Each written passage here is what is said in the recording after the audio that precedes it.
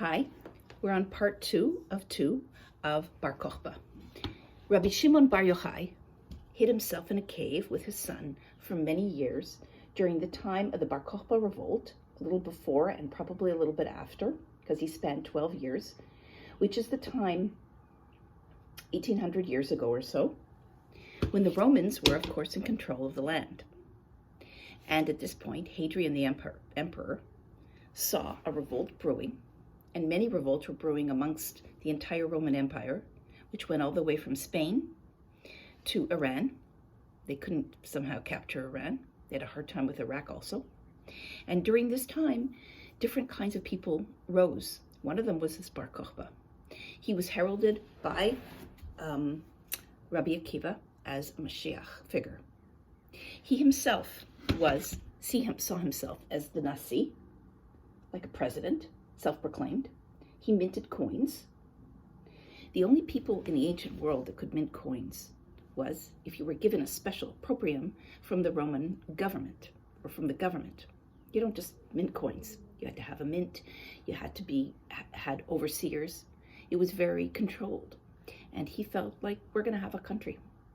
So where did he get the coins, actually? This is a historical, fascinating thing. Coins are very expensive to make, whether they're silver, whether they're copper, whether they're bronze, anything. They're very expensive. Metal was extraordinarily rare.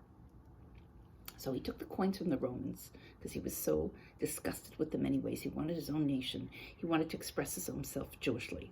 So he took the coins and he effaced them.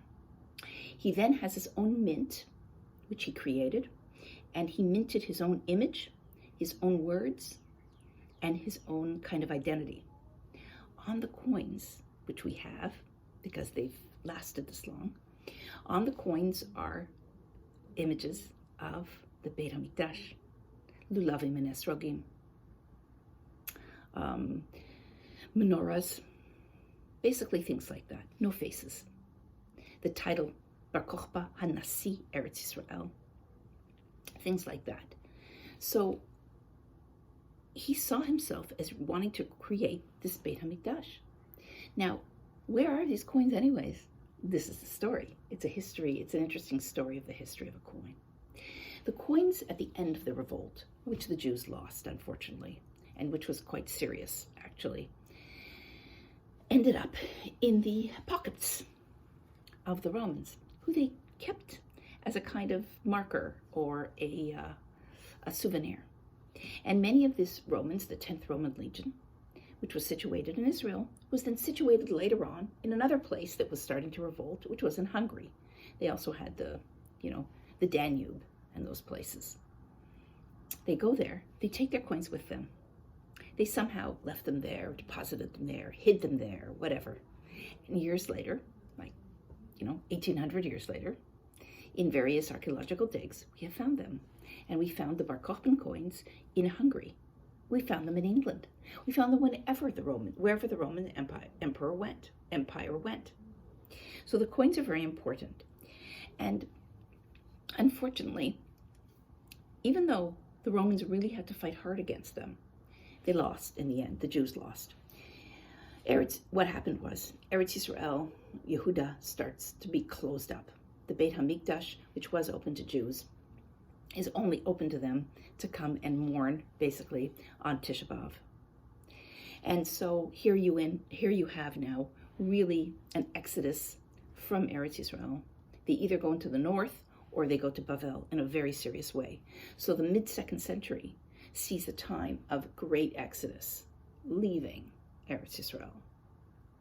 You left a lot of Jews there because there were still many, many, many B'tei Midrash, and there were many places of power, and there was places of government, and there was still many things left.